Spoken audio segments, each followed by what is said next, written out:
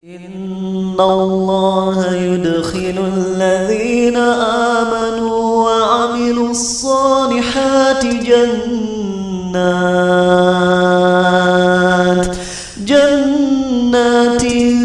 تجري من تحتها الأنهار يحلون فيها من أساور من ذهب ولؤلؤا ولباسهم فيها حرير وهدوا إلى الطيب من القول وهدوا إلى صراط الحميد.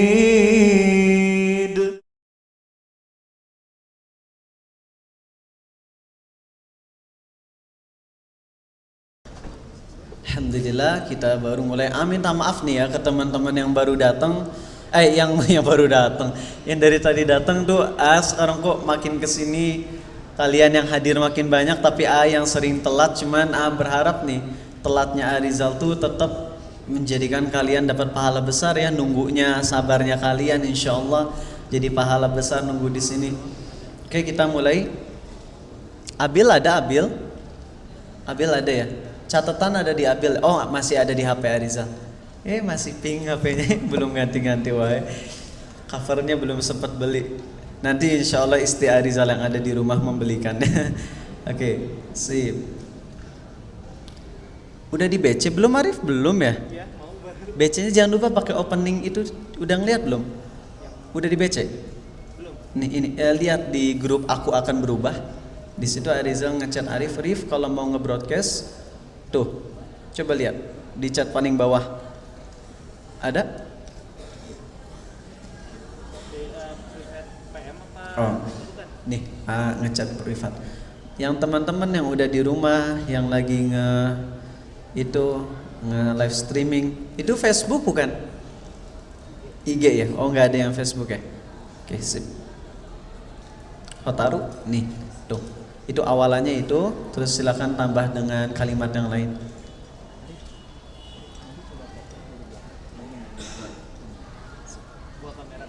Iya. Oke, kita mulai materinya insya Allah. Ucapin ke teman-teman yang baru hadir, Assalamualaikum warahmatullahi wabarakatuh. Insya Allah kita masuk ke materi Tauhid bab kelima yang sendiri judulkan Attack on Fitan. Ya, insya Allah ini diambil, emang judulnya pas banget dengan hadis yang akan Arizal sampaikan insya Allah ya. Kita mulai. Bismillahi wassalatu wassalamu ala rasulillah. Innal hamdalillahi nahmaduhu wa nasta'inuhu wa nastaghfiruh. Sungguh segala puja dan puji hanya milik Allah. Kita puji Dia, kita mohon pertolongan dan ampunannya. Wa na'udzu billahi min syururi anfusina wa min sayyiati a'malina. Kita mohon perlindungan kepada Allah dari keburukan diri kita dan keburukan amal perbuatan kita. May yahdihillahu fala mudhillalah. Barang siapa yang Allah beri hidayah, tak akan ada seorang pun yang bisa menyesatkan. Wa may yudlil fala hadiyalah. Dan barang siapa yang Allah sesatkan, tak akan ada seorang pun yang bisa memberi petunjuk. Asyhadu an la ilaha illallah wahdahu la syarikalah. Aku bersaksi tiada Tuhan yang berhak disembah kecuali Allah, yang tiada sekutu baginya.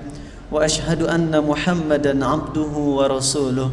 Dan aku bersaksi Muhammad adalah hamba dan rasulnya. Amma ba'd. Allahumma salli ala Muhammad wa ala ali Muhammad.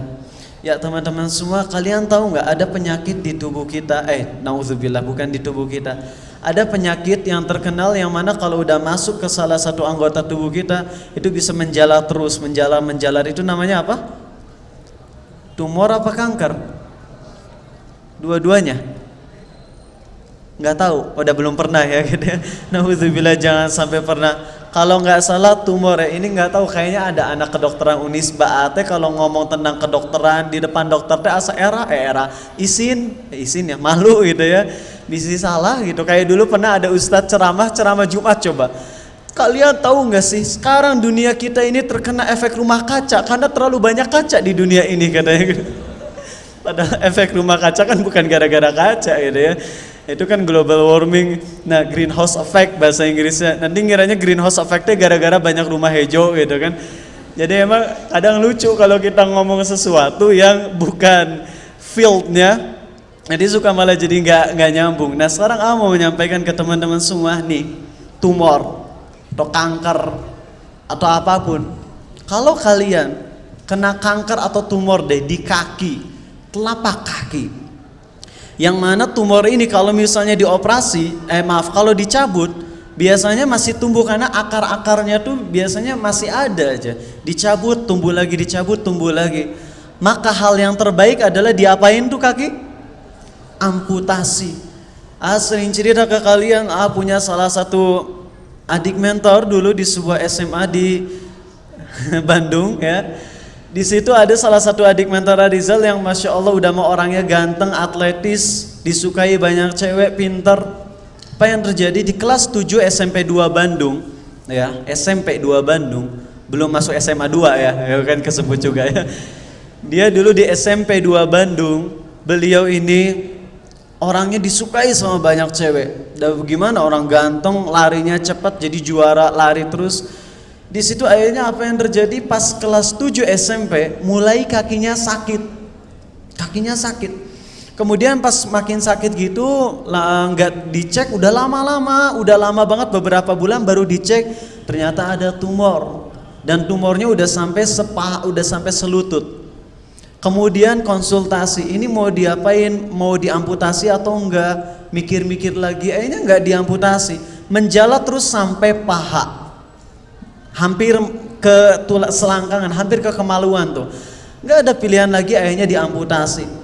Ini emang udah qadarullah wa ma syaa fa'ala, ini semua takdir Allah ya, apa yang Dia kehendaki akan terjadi. Cuman memang andai, ini kalimat perandaiannya bukan dalam rangka menyesali, tapi hanya menyampaikan berita aja ya. Andai dia mengamputasinya lebih awal, maka kaki yang dipotong lebih banyak atau lebih sedikit? Lebih sedikit. Dan lebih banyak dia tubuhnya yang selamat. Tapi emang ini takdir Allah udah terjadi, dipotong sampai hampir ke selangkangannya, hampir sampai ke kemaluannya. Tapi subhanallah, apa yang terjadi, 1 tahun gak sekolah, di situ dia makin soleh, dan pas SMA kagum, beliaulah orang yang paling rajin sholat duha dengan pakai apa? Tongkat roda, tongkat beginian yang buat orang lumpuh. Dia rajin ke masjid, kemudian dia wudhu semampunya. Kadang kalau Ariza ngelihat ada bagian yang masih kering, bantu dia buat wudhu bagian kakinya. Dia rajin sholat, azannya indah. Dan ketika ngobrol sama beliau, apa kata beliau? Saya syukur kena tumor gini, diamputasi kakinya. Karena waktu saya dalam kondisi fit, banyak orang yang senang sama saya. Hati saya penuh dengan kesombongan, ujub. Tapi sekarang saya bisa merasakan nikmat Allah, bisa ibadah, bisa kerasa hati lebih tawadu. Yang mudah-mudahan Allah ngampuni dosa saya masa lalu. Lihat teman-teman, Masya Allah, selalu ada hikmahnya. Keburukan yang dilakukan seorang hamba, kemudian akhirnya Allah timpakan musibah kepada hamba tersebut. Kalau hambanya soleh, insya Allah itu jadi jadi jalan pendekat ke Allah. Tapi kalau hambanya gak soleh, dikasih musibah, makin menjadi ketidaksolehannya. Nah, kenapa menjudulkan Attack on Fitan? Pertama, teman-teman tahu arti dari fitan gak? Fitnah, bagus. Ya, fitan kalau nggak salah ini dikasih tahu sama Abolism ya, katanya dari Ustadz Abdullah Taslim ya, betul Abil? Atau dari Ustadz lain? Nggak tahu dari Ustadz siapa. Soalnya kalau ngebahas dari sisi bahasa takut agak salah. Tapi katanya, sendiri udah sering baca sih di kitab Bukhari itu ada Kitabul Fitan, bab tentang fitnah. Jadi fitan itu artinya jamak dari fitnah. Lah, kok jamak dari fitnah sih? Fitnah teh kalimat kata kerja atau kata benda? Fitnah kata benda apa kata kerja? Ayo, kata bintang ini kata benda.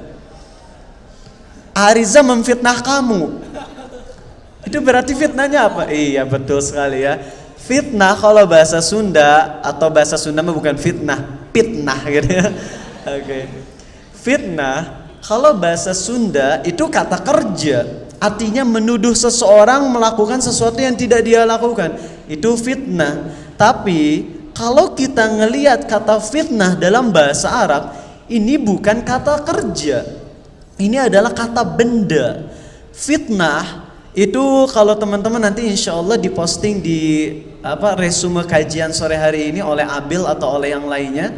Nanti kalian akan dikasih link definisi fitnah itu apa, ada sekitar 10. Menyampaikan cuma 3 diantaranya ya, karena kalau 10-10-nya itu nanti pembahasannya jadi kepanjangan, malah poin intinya nggak dapat. Pengen ngasih tahu aja fitnah yang dimaksud dalam Quran. Kalau teman-teman ngelihat al fitnatu asyaddu minal qatl, fitnah itu lebih kejam daripada pembunuhan. Nah, fitnah yang dimaksud itu apa? 3 poin yang sampaikan. Pertama, yang dimaksud dengan fitnah adalah kesyirikan, artinya menyembah selain Allah ya, kesyirikan, dan kekafiran atau kekufuran. Itu fitnah ya. Jadi fitnah, definisi pertama dari fitnah adalah kekufuran atau kesyirikan. Itu poin nomor pertama. Poin nomor kedua, arti dari fitnah adalah ajaran-ajaran sesat.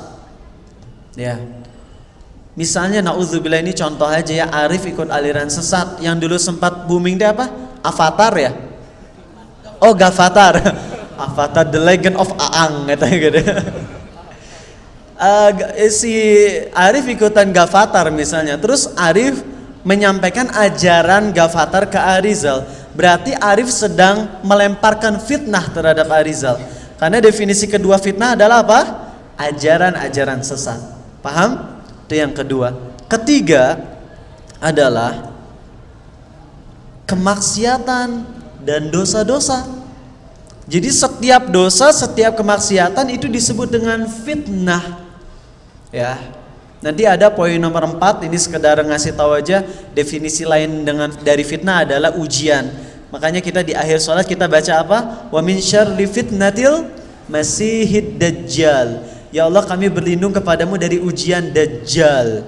Karena fitnah yang dimaksud adalah poin keempat, itu ujian.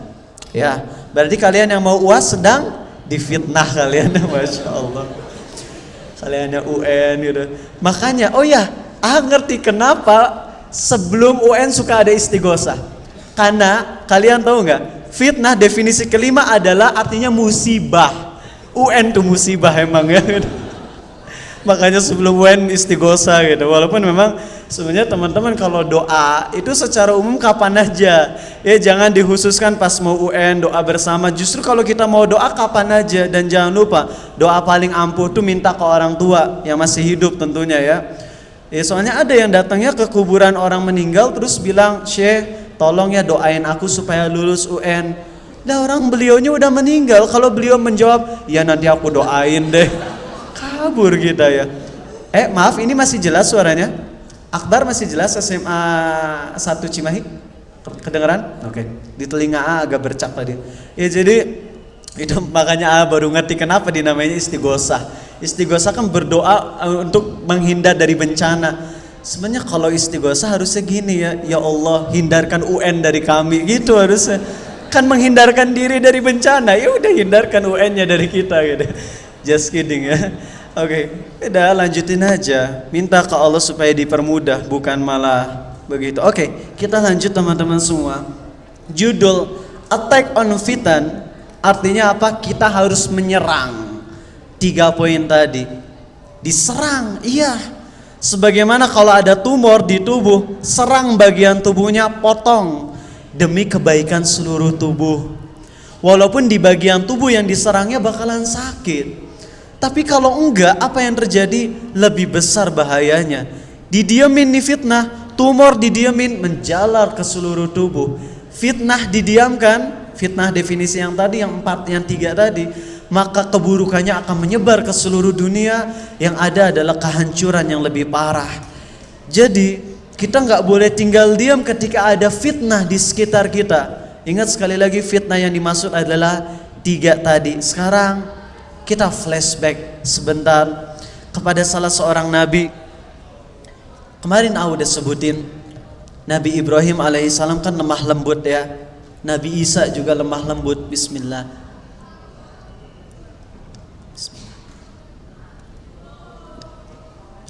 Nabi Isa dan Nabi Ibrahim adalah dua nabi yang sangat lemah lembut. Ketika mereka berdua belum punya kekuatan, yang bisa mereka lakukan adalah apa? Dakwah dengan lemah lembut.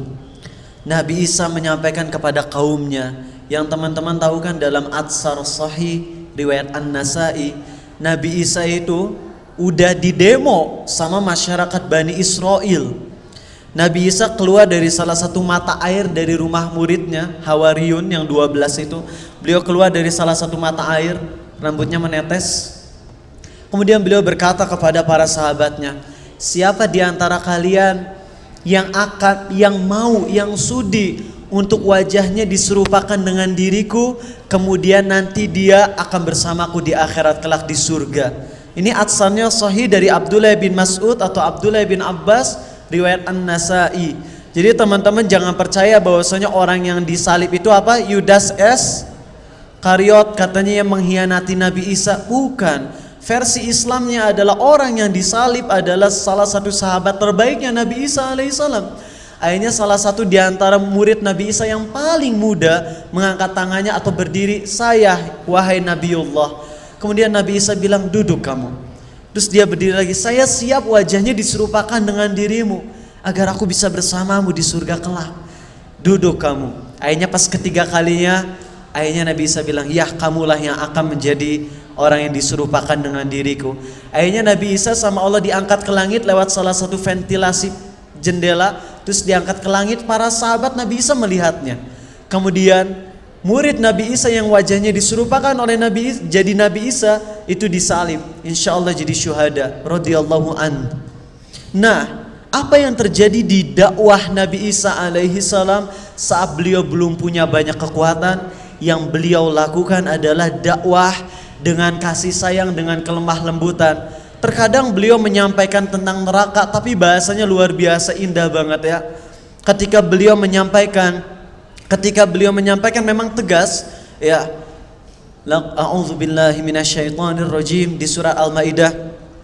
Laqad kafara alladhina qalu innallaha thalithu thalathah wa ma min ilahin illa ilahu wahid.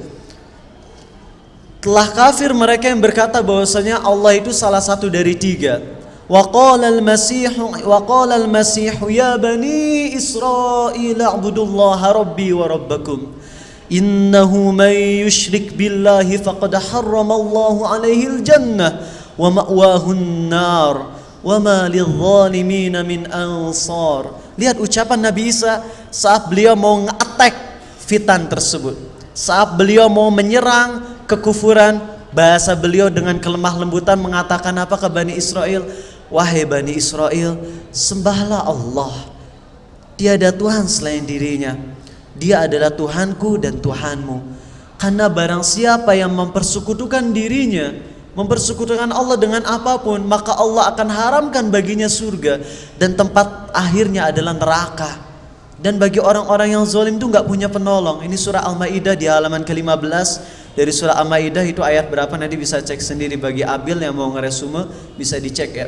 Di situ Nabi Isa mengatakan ke Bani Israel cuman bisa dengan kata-kata. Kenapa? Belum punya kekuatan. Tapi apa yang terjadi ketika Nabi Isa diturunkan yang kedua kali? Nabi Isa turun ketika Imam Mahdi, insya Allah kalau kita masih hidup di zaman beliau, kita akan sholat di Palestina. Di hadapan kita ada Imam Mahdi mau menjadi imam. Udah azan, setelah azan qomat. Pas qomat Imam Mahdi mau jadi imam, ada salah seorang di antara jemaah yang teriak, sesungguhnya orang yang kita tunggu-tunggu telah turun. Akhirnya dalam hadis sahih ini, hadisnya bukan cuma sahih tapi mutawatir, selevel dengan ayat Quran. Nabi Isa turun dari menara Damaskus memegang pundak dua malaikat di kanan dan kirinya. Beliau turun sambil megang dua pundak malaikat dan rambutnya seperti menetes tetesan air padahal rambut beliau kering. Kemudian beliau turun berjalan kepada Imam Mahdi, dan Imam Mahdi menyuruh beliau untuk jadi imam, tapi Nabi Isa nggak mau. Nabi Isa nyuruh agar beliau lah yang jadi imam, agar Imam Mahdi yang jadi imam. Beres jadi imam, apa yang terjadi? Dibuka gerbang Palestina, Dajjal beserta pasukan inti, beserta masyarakatnya Dajjal, semuanya melawan kaum muslimin yang jumlahnya nggak ada apa-apanya. Tapi di situ apakah Nabi Isa masih lemah lembut? Enggak. Nabi Isa udah nggak lemah lembut di zaman itu. Ketika Nabi Isa keluar, sebenarnya maaf ya, Nabi Isa seorang diri aja udah cukup. Kita nggak usah ikut perang. Kenapa? Nabi Isa punya mukjizatnya mantep bro. Beliau akan ngeluarin nafas yang nafasnya kalau dicium akan mati itu orang yang menciumnya. Dan nafas Nabi Isa itu akan sejauh mata memandang. Hanya orang-orang kafir yang menciumnya mati. Kalau orang Islam menciumnya nggak akan mati. Tapi orang kafir yang mencium nafas Nabi Isa akan mati, dan nafas beliau adalah sejauh mata memandang. Di situ beliau nggak akan penuh kelemah lembutan, nggak akan. Yang ada adalah beliau menyerang fitnah. Beliau menyerang fitan ini diserang sampai yang terakhir Dajjal lagi dikepung sama kaum muslimin. Pas lagi dikepung, Dajjal ngelihat Nabi Isa, mulailah tubuhnya mencair. Dan ketika itu dia berhasil keluar dari kepungan kaum muslimin. Dajjal lari, Nabi Isa ngejar. Walaupun kalau Nabi Isa nggak ngejar, Dajjal udah mati tuh, matinya mati cair, ya. Tapi kemudian Nabi Isa terus ngejar sampai akhirnya Dajjal ditusuk dan darahnya diperlihatkan ke kaum muslimin. Akhirnya setelah itu terjadi apa? Orang-orang kafir yang ada di medan perang kocar kacir. Apakah Nabi Isa mendiamkan? Silakan pergi, silakan selamatkan nyawanya. Tidak, dikejar. Kaum muslimin ngejar, ada orang Yahudi yang nyumput. Nah, nyumput teh sembunyi di balik batu, ada yang sembunyi di balik pohon. Nanti batu dan pohon ikut ngomong, atau dalam hadisnya pohon yang ngomong atau batu ya, batu sama pohon kalau nggak salah. Nanti si pohon ini akan ngomong, wahai kaum muslimin, di belakangku ada Yahudi, bunuh dia. Di situ nggak ada kelemah lembutan lagi, yang ada bantai fitan. Kenapa? Apakah ini kejam? Mungkin ada yang bilang, wah kejam nih, kaum muslimin nggak toleran, Ini orang yang ngomong gini biasanya pertama belum belajar Islam secara dalam, atau kedua terkena isu-isu yang salah dari media massa yang mengatakan bahwasanya Islam tuh ajarannya kejam. Tuh Islam kalau lagi lemah kayak gitu, dakwahnya lemah lembut, nanti ketika udah tinggi dibantai orang-orang yang ada di bawahnya. Entar dulu. Ya, pertama kita kembali ke analogi pertama. Walaupun mungkin teman-teman nggak bisa menyamakan dari seluruh sudutnya, tapi mau nanya, kalau ada dokter yang memotong bagian tangan yang memang ada tumornya, apakah kita pantas bilang dokter itu kejam? Pantas nggak? Jawab, pantas nggak? Sih, kenapa? Dokter itu motong bagian tangannya yang kena tumor supaya tubuh yang lainnya selamat.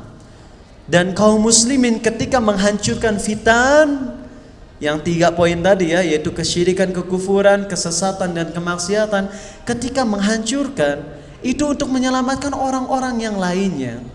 Itu pun ada syarat-syarat dan ketentuan yang berlaku saat mau perang. Gak asal-asalan teman-teman, maaf ya, jangan sampai kalian ikut aliran sesat seperti ISIS yang tiba-tiba pergi ke Jakarta ngebom dengan alasan, wah ini Indonesia negara kafir katanya, akhirnya ngebom sana sini gitu ya. Ini aliran sesat. Karena perang itu gak seenaknya aja gitu aja ya. Ada yang ngejek, kenapa negara-negara Arab gak ngebantu saudara-saudara kita di Palestina? Perang tuh gak mudah teman-teman, banyak pertimbangannya. Kalau misalnya sedikit sedikit nyinggung ya. Kalau misalnya Raja Salman pingin nih Arab Saudi tentaranya ikut perang di Palestina, apa yang terjadi kalau misalnya orang-orang Zionis nyerang balik ke Mekah? Apa yang terjadi? Seluruh dunia akan khawatir untuk pergi haji, iya enggak? Khawatir, karena itu banyak pertimbangannya. Gak mudah teman-teman, perang ini gak gampang ya. Jadi teman-teman maaf kalau ada yang bilang, wah Islam kejam dong, ketika lemah dakwahnya lemah lembut, ketika udah tinggi dakwahnya malah sampai ngebunuh. Enggak, kata siapa ngebunuh-bunuh? Kita harus balik dulu, back to history. Kita kembali ke sejarah sedikit aja teman-teman. Kita tahu perjuangan Rasul SAW ketika beliau ada di Mekah. Bagaimana dibantainya sih? Khubbab bin Al-Ard, kepalanya besi dipanasin sampai merah, kemudian disimpan di kepalanya sampai bolong tuh kulit kepalanya. Tapi alhamdulillah si tengkoraknya nggak sampai bolong, jadi nggak sampai kena ke otak. Dan bagian pernah Umar ibn Al-Khattab minta ke Khubbab, Khubbab buka bajumu, aku ingin ngelihat punggungmu. Khubbab bilang, jangan wahai Umar. Tapi Umar ingin ngelihat bagaimana ini perjuangan Khubbab dalam mempertahankan akidah. Pas dilihat belakangnya, itu mah benar Umar gak kuat. Kenapa? Karena siksaan bagi Khubbab adalah beliau dibalikan kayak kambing guling, kemudian dibakar sampai apinya mati gara-gara tetesan lemaknya. Itu siksaannya. Dan alhamdulillah dengan izin Allah, tuannya si cewek kejam itu sama Allah dibalas, dikasih penyakit yang berat banget, yang mana satu-satunya cara penyembuhannya adalah dengan besi panas. Ketika di besi panas baru sembuh, tapi ketika ditarik besi panasnya sakit lagi. Jadi dua-duanya sakit, didiamin sakit, ditusuk sakit juga, pahewe akhirnya gitu ya. Alhamdulillah, sebagai pembalasan atas siksaannya kepada Khubbab nih teman-teman, lihat kaum muslimin disiksa habis-habisan di awal mereka masuk Islam.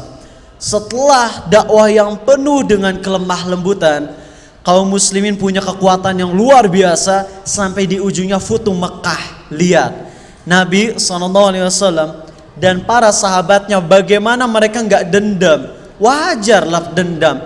Teman-teman yang disakitin hatinya sama teman aja masih ada dendam, tuh wajar. Ini bukan cuma disakitin hati, tapi siksaannya dahsyat. Itu kaum muslimin bagaimana ada anaknya tuh, ingat Ummu Sulaim kalau nggak salah, lupa. Ada satu sahabat nih, sepasang ibu, bapak sama anak, pas mau hijrah ke Madinah, nenek kakeknya nggak setuju, akhirnya si cucunya ditarik, dan satu tangannya lagi ditarik sama ibu dan ayahnya, dan satu tangannya lagi ditarik sama kakek neneknya. Pak tarik-tarik, potong tuh tangan anaknya, lepas satu. Bagaimana mereka nggak sedih, bagaimana mereka nggak dendam, tapi lihat bagaimana ajaran Islam. Saat Futuh Mekah, datang ke Mekah, apa sabda Nabi SAW? Barang siapa yang masuk area Masjidil Haram akan selamat. Barang siapa yang masuk ke dalam rumahnya, nutup jendelanya, selamat. Barang siapa yang masuk ke rumah Abu Sufyan, selamat. Gak ada satupun yang dibunuh dari warga Mekah kecuali mereka yang menyerang. Lihat teman-teman, apakah ini masih dibilang kejam Nabi Muhammad SAW? Lihat bagaimana ini adalah Futuh penakhlukan kota yang paling indah seluruh sejarah Islam. Gak ada yang lebih indah dari ini. Muhammad Al-Fatih, kita tahu bagaimana di daerahnya dibunuh puluhan ribu kaum muslimin, dan ketika beliau berhasil untuk menguasai negeri tersebut, siapa yang dibunuh? Cuman satu, yaitu komandan perang dari orang kafir yang dulu nyuruh ngebunuh puluhan ribu kaum muslimin. Sedangkan tentara perangnya dimaafkan, asal kalian keluar dari kota ini kalian dimaafkan. Lihat, indah Islam. Kenapa Islam tegas sih ada, tapi tegasnya nggak sampai kelampauan batas, sampai melampaui batas. Bahkan dalam Islam nggak boleh yang namanya mutilasi, nggak boleh teman-teman mutilasi ya. Gara-gara misalnya di medan perang udah berhasil kebunuh one hit death gitu ya, one hit kill misalnya, terus mati, yes, mumpung nggak ada musuh, mainin dulu mayatnya gitu ya, toel dikelitikin gitu ya. Diambil jari-jarinya gitu ya, terus jadikan buat sarung tangan kulitnya. Masya Allah, nggak boleh. Lihat bagaimana Islam nih. Kalau teman-teman mau membandingkan Islam, jangan bandingkan Islam dengan hoax. Yang maksud dengan hoax apa sih? HAM, tahu kan HAM? Babi, hak asasi manusia. Mereka kan katanya punya beberapa poin-poin. Kemudian ajaran Islam dibandingkan dengan HAM. Padahal HAM sendiri hoax kan. Kalau HAM memang diterapkan, kenapa Palestina sampai sekarang masih dijajah? Sebenarnya HAM itu dibuat untuk menghancurkan Islam. Jadi ketika Islam agak tegas, dibilangnya oh Islam gak sesuai dengan HAM. Tapi ketika Islam ditindas dan orang-orang Islam menuntut mana nih HAM yang selama ini dikoar-koar, tuh mereka yang ahli-ahli HAM gak menerapkan HAM. Jadi sebenarnya HAM ini cuma hoax. HAM ini senjata yang dipakai untuk menghancurkan Islam. Saat Islam agak tegas, dibilangnya Islam ini tegas, teroris, kejam. Giliran Islam letoy, lemah, ditindas, mereka nggak menerapkan HAM. Biarin aja kaum muslimin ditindas. Nah, kalau mau membandingkan ajaran Islam, bandingkan dengan ajaran selain Islam di zaman jahiliyah. Bagaimana orang-orang kafir ketika mereka menaklukkan negeri Islam itu bejatnya luar biasa, sedangkan kaum muslimin saat menaklukkan luar biasa banget. Pertama, sebelum menaklukkan kirim surat dulu ke rajanya, masuk Islam. Gak mau masuk Islam, kirim surat lagi. Kalau gak mau masuk Islam, kami izinkan kami untuk menguasai negeri ini dan kalian hidup damai di bawah pemerintahan kami. Kalian bisa tetap menjalankan ibadah kalian tanpa diganggu. Bahkan kalau ada yang mengganggu kalian, kami siap untuk melindungi kalian. Lihat, ini ajaran Islam. Mereka nggak mau juga bayar jizyah, nggak mau tunduk di bawah kekuasaan Islam. Baru di situ diperangi. Saat diperanginya pun ada beberapa syarat, beberapa ketentuan. Nggak boleh ngebunuh anak-anak, nggak boleh ngebunuh perempuan, nggak boleh ngebunuh ahli ibadah yang nggak terjun langsung dalam peperangan, nggak boleh menghancurkan tempat-tempat seperti rumah sakit dan sebagainya. Lihat ya Allah, kalau ngebahas tentang peperangan Islam ini perang yang paling indah banget. Jadi tolong sekali lagi jangan pernah bilang Islam kejam. Kenapa? Karena kebanyakan orang bilang Islam kejam karena membandingkan dengan HAM, yang HAM sendiri sebenarnya hoax. Artinya nggak asli diterapkan gitu. Kalau mau bandingkan Islam, bandingkan dengan agama lain. Niscaya kalian akan melihat Islam penjajahannya penuh dengan keindahan dan rahmatan lil alamin. Bagaimana ketika Nabi SAW datang ke Futuh Mekah dengan keledai. Bayangin, panglima perang tertinggi kaum muslimin dengan keledainya nyampe di Mekah, berhasil Futuh Mekah, dihancurkan berhala. Setelah dihancurkan berhala, apa yang terjadi? Kaum musyrikin di sana mereka kan ngeliatin, berhala kita dihancurin, nanti bakalan ditimpa bencana, dihancurin semua berhala. Apa yang terjadi? Nggak ada apa-apa gening. Ya udah masuk Islam aja yuk, berbondong-bondong masuk Islam. Orang-orang musyrik tuh mereka takut masuk Islam tuh kenapa? Karena kalau mereka menghancurkan idol berhala, mereka takut kalau berhalanya dihancurin akan ditimpa bencana. Ternyata ketika ngelihat berhalanya dihancurin, nggak terjadi apa-apa, mereka akhirnya ternyata nggak ada apa-apa nih. Akhirnya masuk Islam tuh mereka. Attack on fitan, serang tuh fitan. Kenapa? Dengan menyerang fitan kita akan menyelamatkan banyak manusia. Tapi ingat, ini yang harus kita ingat, kita harus lihat kondisi kita. Saat kondisi kita dalam minoritas, yang dilakukan adalah dakwah dengan lemah lembut. Ya, kita nggak bisa dakwah dengan ketegasan karena kemungkinan besar ditolak. Tapi dakwah dengan lemah lembut. Ya, begitu juga ketika kita ngedakwahi orang yang dari status sosialnya lebih populer dari kita, lebih tinggi kedudukannya dari kita, lebih kaya dari kita, dakwahi dengan lemah lembut. Fitan poin ketiga apa tadi? Apa? Kemaksiatan. Kalian tahu Arizal tersentuh banget sama ini. Beliau orang yang pertama yang kenal pembaca yang pertama. Yang Arizal kalau ngedengerin beliau ngaji selalu ingat dengan masa-masa Arizal dulu jadi tukang koran di Australia. Disitulah Allah kasih hidayah sambil ngelempar koran, sambil ngedengerin amma yatasaalun 'anin naba'il 'azim alladzi hum fihi mukhtalifun. Bisyari Rashid Al-Fasi, seorang penyanyi, pakai musik nyanyiannya, pakai musik, full musik di daerah Arab sana. Orangnya terkenal di daerah Arab. Jadi penyanyi di mana-mana. Suatu saat, bayangin ini orang yang populer di daerah Arab, tukang nyanyi, penyanyi musik, nyanyi pakai musik, alat musik full. Datang seseorang nih, karena cinta nih orang ini, ulama ini cinta sama Misyari Rashid, ya sebagai saudara seiman. Datang, tapi lihat, attack on fitan gak harus selalu dengan kekerasan. Kita ngelihat status Misyari, beliau orang besar. Maksudnya orang yang diidolakan oleh banyak orang di Arab.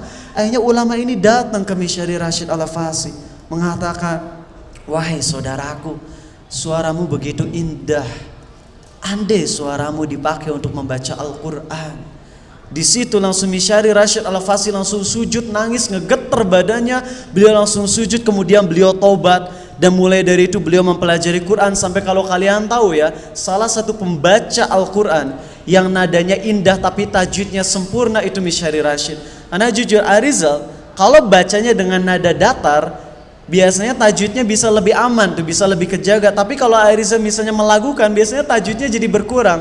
Dari sifat-sifat hurufnya agak menghilang gitu ya. Walaupun masih sah, tapi berkurang poin-poin sifat-sifat hurufnya. Tapi Misyari Rashid, lihat beliau bagaimana dari sisi tajwidnya yang sempurna ya, dan suaranya tetap bisa diperindah. Bagaimana nih ulama ini nge-attack Misyari dengan cara yang lemah lembut. Gak harus kita dakwah dengan kasar, dengan tegas. Kita lihat kondisi kita. Nih kalau Arizal misalnya, ini contoh na'udzubillah, bukan menyombongkan diri ya. Misal ada seorang murid Arizal yang dulunya baik, kemudian dia jadi nakal. Arizal karena mungkin orang yang udah dikenal, ayahnya marah-marahin dia biar dia jerak. Mungkin itu cocok, pas buat dia dimarahin. Tapi kalau misalnya Arizal di sini mau nasehatin orang yang tingkat sosialnya lebih tinggi dari Arizal. Misal, nasehatin wali kota, misal ya. Semoga Allah memberi pahala yang besar ke wali kota kita ya, Pak Ridwan Kamil yang telah banyak berjasa buat kota Bandung ini. Alhamdulillah kita senang bisa dapat wali kota kayak beliau ya. Semoga Allah menjaga beliau makin soleh ya, insya Allah. Nah misal ini cuma contoh doang, Pak Ridwan Kamil misalnya melakukan kesalahan, terus Arizal nasehatin, apakah boleh dengan cara yang sama dengan nasehatin murid? Gak boleh, beda caranya. Ke beliau sampaikan dengan lemah lembut gitu ya, dengan baik, beda. Karena sekali lagi attack on fitan, beda kondisi, beda cara. Paham? Oke, alhamdulillah. Ini teh belum masuk satu hadis pun teman-teman, udah langsung aja Rizal masuk ini. Jadi insya Allah pekan depan kita akan ngebahas attack on fitan part kedua, yang di dalamnya akan ngebahas triple knowledge insya Allah. Dan sekarang mau mengakhiri dengan satu kisah nyata. Kisah ini terjadi kapan coba? Bismillah. Kisah ini terjadi kapan? Antara Nabi Isa dengan Nabi Muhammad SAW. Berarti berapa tahun yang lalu kira-kira? Antara 1400 sampai 2700 tahun yang lalu, 2017 tahun yang lalu ya. Karena kita di tahun 2017, disitulah Nabi Isa diangkat ke langit ya, 2017 tahun yang lalu. Dan ini kejadian yang terjadi antara Nabi Isa dengan Nabi Muhammad SAW. Kita akan ngebahas kisah attack on fitan dari seorang pemuda yang sejati, dan beliau benar-benar nge-attack fitan. Fitan di sini adalah orang yang benar-benar fitan terbesar di zaman itu. Dia adalah Fir'aunnya masa itu. Dan ini ada dalam tafsir surat Al-Buruj, ada dalam hadis sahih riwayat Muslim. Ya, nanti insya Allah pekan depan selain kita ngebahas triple knowledge, kalau masih ada waktu kita pun akan ngebahas hebatnya perang Khoibar. Di situ nanti ada Abu Dujannah gitu. Oh keren aja perang Khoibar. Tahu berapa lama? Tahu nggak berapa lama perang Khoibar? 1 tahun perangnya, lama pisan. Itu perang terlama dalam Islam, 1 tahun perangnya. Itu kalau kita ngebaca mah paling juga setengah jam beres kisahnya gitu ya. Tapi kejadiannya 1 tahun, dan yang hebat apa coba? Abu Hurairah baru masuk Islam disuruh langsung ikut perang, luar biasa banget beliau.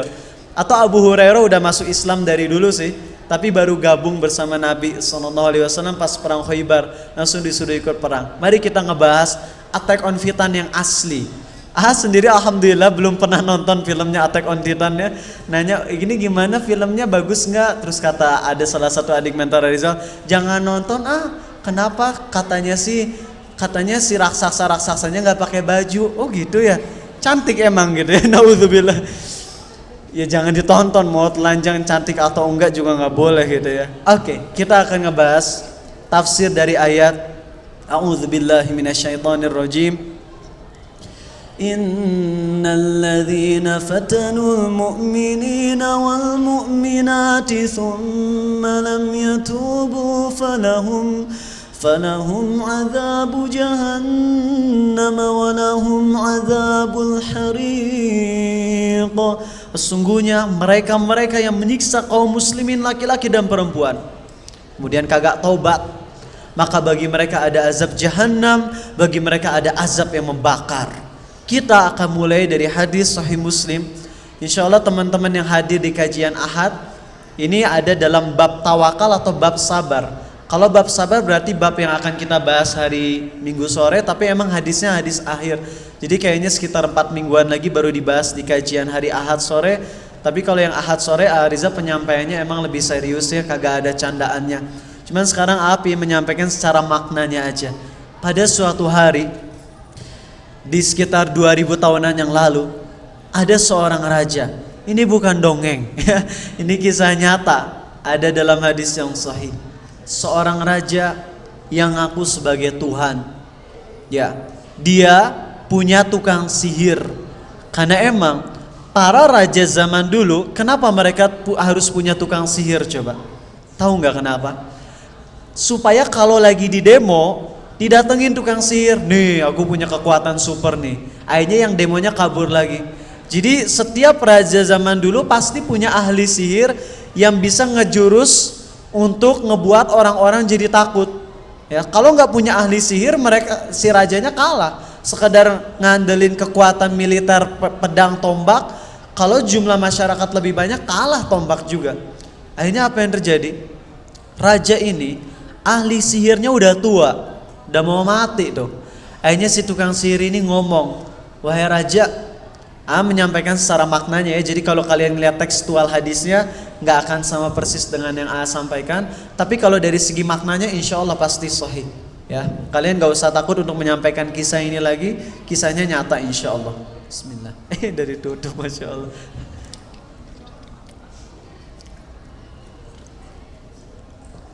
Ya teman-teman, besok insya Allah enggak jadi. Lanjutkan. Atau mau ngomong besok kan acara main di UI teh mau di streaming atau enggak, baru ingat dan enggak ada yang bisa streaming di sana. Ada mungkin ya, Abu Daiki mungkin, tapi enggak ngejanjiin, bisi dosa. Oke, kalau misalnya udah janji tapi enggak ditepati. Ahli sihir ini mau mati, kemudian nyuruh si raja untuk carikan salah seorang pemuda yang bisa aku ajarkan sihir. Akhirnya sang raja menyarikan seorang pemuda.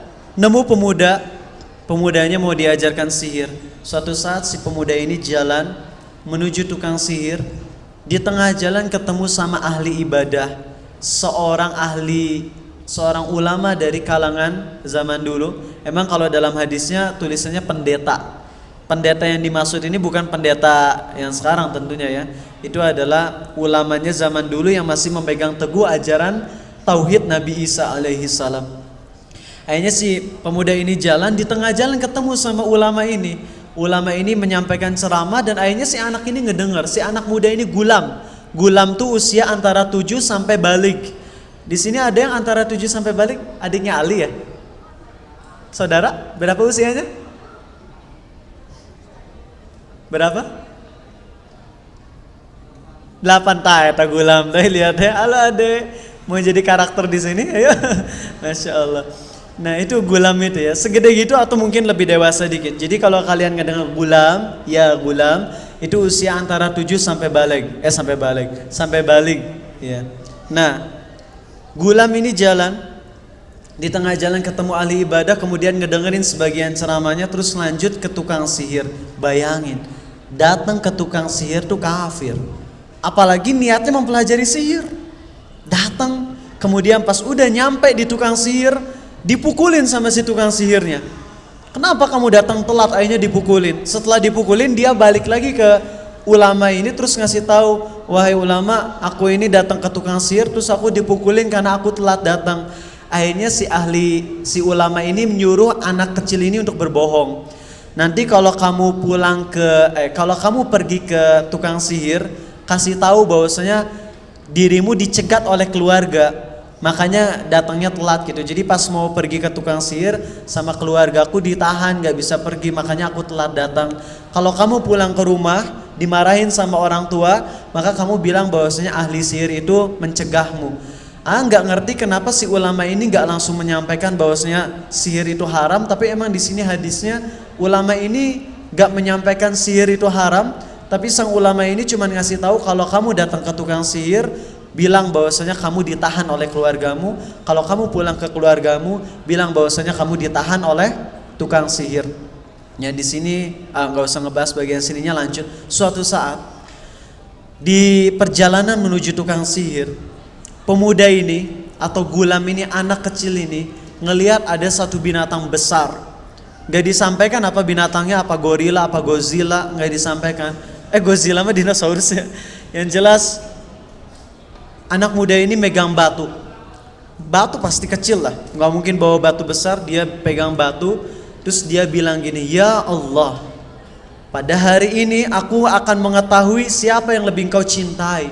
Kalau engkau lebih mencintai ahli ibadah tersebut, ulama tersebut, daripada tukang sihir itu, maka bunuhlah binatang ini. Akhirnya pemuda ini ngambil batu. Jadi si binatang besar ini ngeganggu satu kampung. Si pemuda ini ngambil batu yang gak terlalu besar, kemudian habis itu dilemparin ke binatangnya, terus binatangnya langsung mati. Jadi beliau tahu, oh Allah berarti lebih mencintai si ahli ibadah itu. Dari detik itu anak ini dikasih karomah. Karomah itu lawan dari apa? Istidroj. Kalau istidroj itu kekuatan super yang dipakai untuk menyesatkan manusia seperti Dajjal, Said Baba, Naruto, Madara Uchiha, itu semua istidroj namanya. Ya, itu istidroj.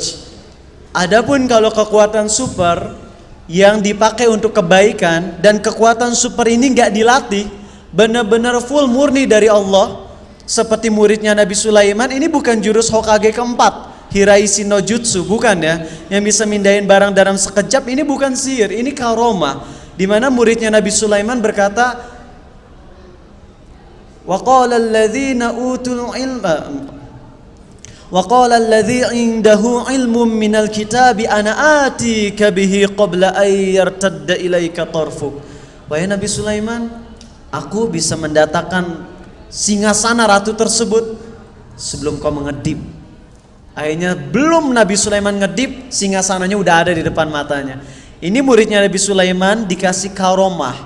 Jadi beliau nggak bisa seenaknya mindah-mindahin barang. Tapi ketika beliau ingin, beliau berdoa ke Allah dan Allah kabulkan permintaannya, barangnya langsung ada di depan. Kecepatannya lebih cepat daripada Ifrit. Ya, padahal Ifrit sendiri ngomong ke Nabi Sulaiman apa? Ana atika bihi qabla an taquma min maqami.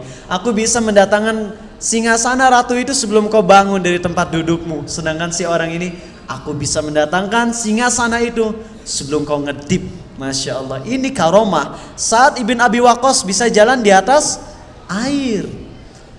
Khalid bin Al-Walid disuruh minum racun yang paling mematikan, diminum. Apa yang terjadi? Mukanya langsung kayak teler. Habis itu udah gak ada yang terjadi. Iya, itu karomah. Dan gak bisa dijadikan dalil, oh ya Allah aku mau dakwah di depan orang-orang kafir. Wahai orang-orang kafir, aku buktikan bahwasanya Islam ini benar. Allah ada pelindungku. Ini racun, aku minum, mati aja ya. Akhirnya orang-orang makin jauh dari Islam gitu. Jangan dicoba-coba, ini beda level kita. Itu level sahabat yang tawakalnya sempurna dan mereka melakukannya karena emang lagi darurat. Ya, nah kita mah nyoba-nyoba pengen atraksi gagal gitu ya. Pingin joget pakai ular kobra dipacok mati gitu. Oke. Lanjut. Nah, kok jadi sini sih? Tadi sampai mana? Hah? Oh, sampai mati itunya si binatangnya. Dia dikasih karomah. Dia dikasih kekuatan apa? Bisa nyembuhin segala macam penyakit. Akhirnya mulai datang 1-2 orang ke rumah dia. Wahai pemuda, kok bisa nyembuhin penyakit ya? Dan pemuda ini bilang apa? Wahai bapak, aku gak bisa nyembuhin penyakit bapak. Tapi yang bisa aku lakukan adalah, pertama, bapak beriman kepada Allah semata, bahwasanya Allah satu-satunya Tuhan yang berhak disembah. Kalau bapak beriman kepada Allah sebagai satu-satunya yang berhak disembah, aku akan doakan bapak supaya bapak sembuh. Akhirnya masyarakat 1-2 orang mulai beriman kepada Allah dan kemudian didoakan langsung sembuh. Wah, akhirnya mulai makin terkenal. Orang-orang di kampung pada datang antri ke rumah si pemuda ini. Akhirnya pemuda ini mulai dikenal sampai sepupunya raja, buta. datang ke anak muda ini, ngebawa hadiah sambil bilang, jadi raja yang ngaku jadi Tuhan punya sepupu. Tuhan punya sepupu gitu ya. Ini sepupunya si raja ini datang ke si anak muda ini terus bilang, wahai pemuda, aku nih bawa hadiah banyak nih. Engkau mau minta apapun aku kasih, asal engkau bisa menyembuhkan aku dari butaku ini. Akhirnya pemuda ini bilang, wahai bapak, aku gak bisa menyembuhkanmu. Yang aku bisa lakukan adalah pertama, engkau beriman bahwasanya Allah satu-satunya Tuhan yang berhak disembah, maka aku akan berdoa kepada Allah untuk menyembuhkan bapak. Akhirnya langsunglah orang ini beriman pada Allah sebagai satu-satunya Tuhan. Kemudian langsung didoain sembuh total butanya.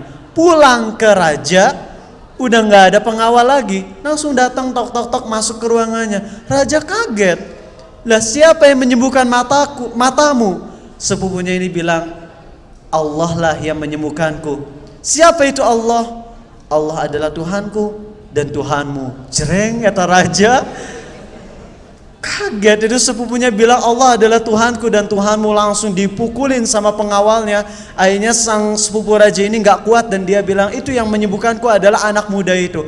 Akhirnya didatengin anak muda itu, dipukulin si anak kecil ini. Terus anak kecil ini bilang yang ngasih aku kekuatan ini nih, si pendeta ini, si ahli ibadah ini. Didatengin ahli ibadahnya, kemudian habis itu ditanya, kamu keluar dari agamamu, artinya sembah raja.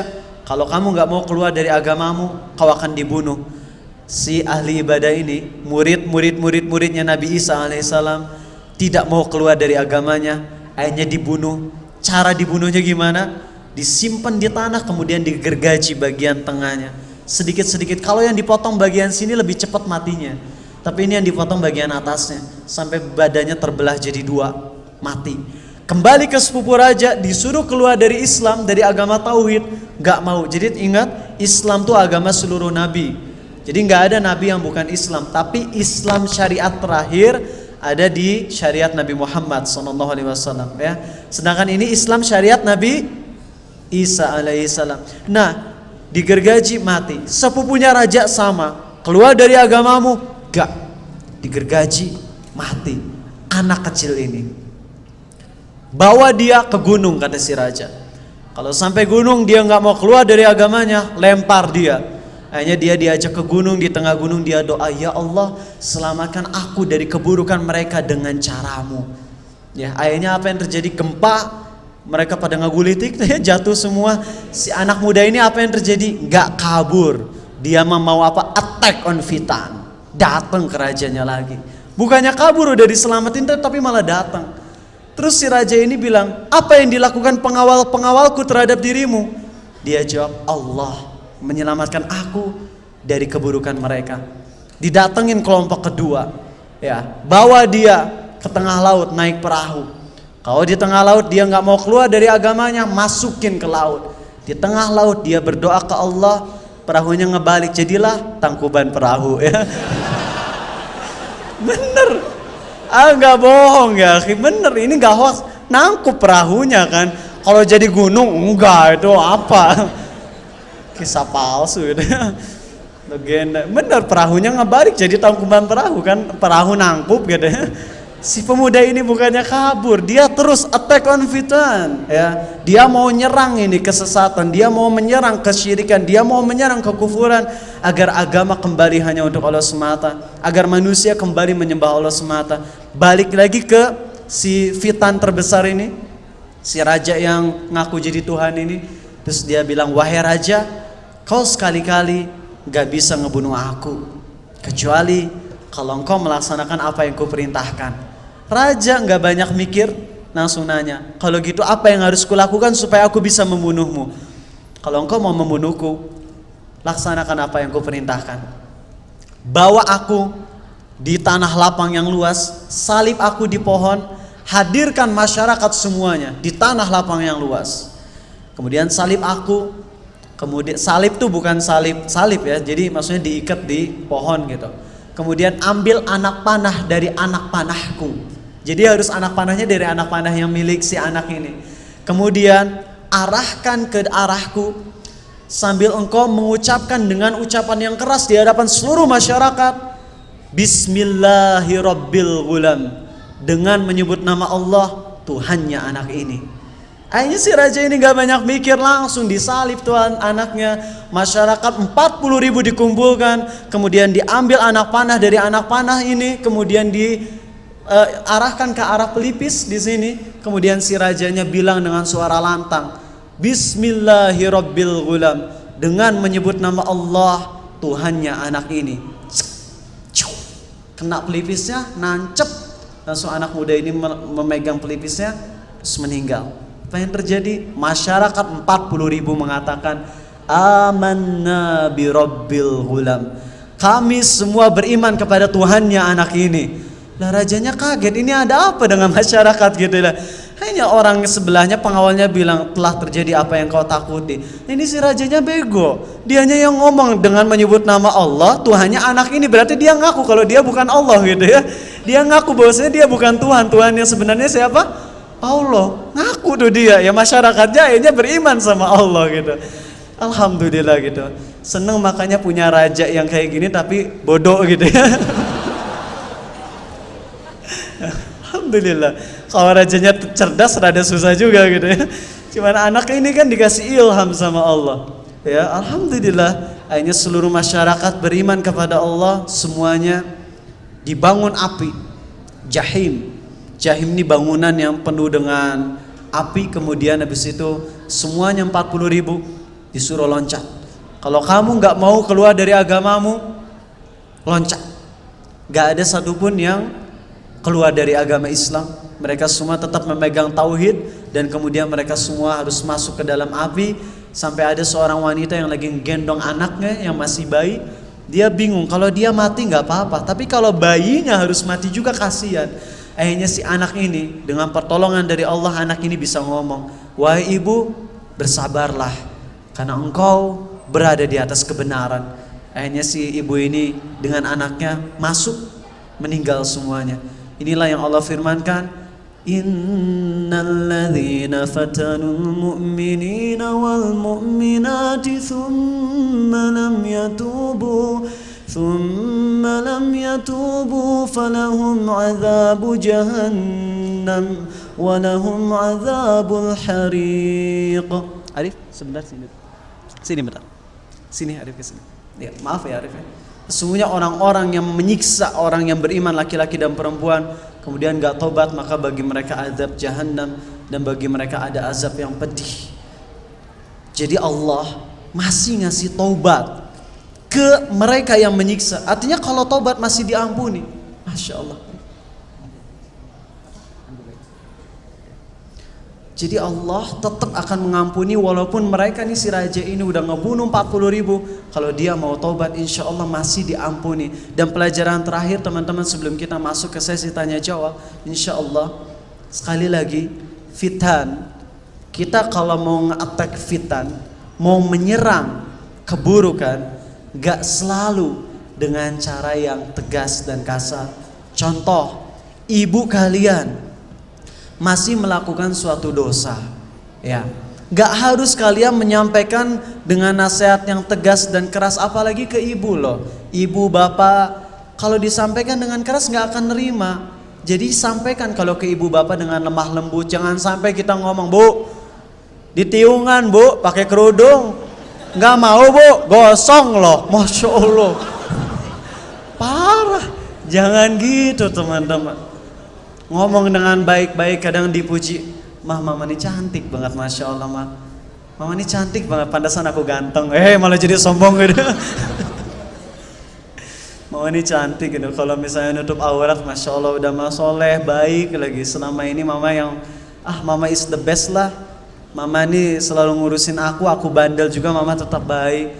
Coba mama deh pakai kerudung ya mama, pasti cantik nih kelihatan. Insya Allah, walaupun kadang memang gak diterima ya.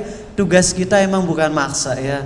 Tugas kita menyampaikan dengan lemah lembut, apalagi ke orang tua ya. Adalah teknik-teknik dakwah yang insya Allah akan kita sampaikan pekan depan di Attack on Fitan bab kedua, akan ngebahas tentang kisah perang Khaybar. Dan nanti ada kisah lagi, mudah-mudahan yang bisa jadi pelajaran buat kita semua. Oke, ini masih ada pertanyaan banyak. Yang mau nanya materi ini secara yang tentang materi, siapa yang mau nanya?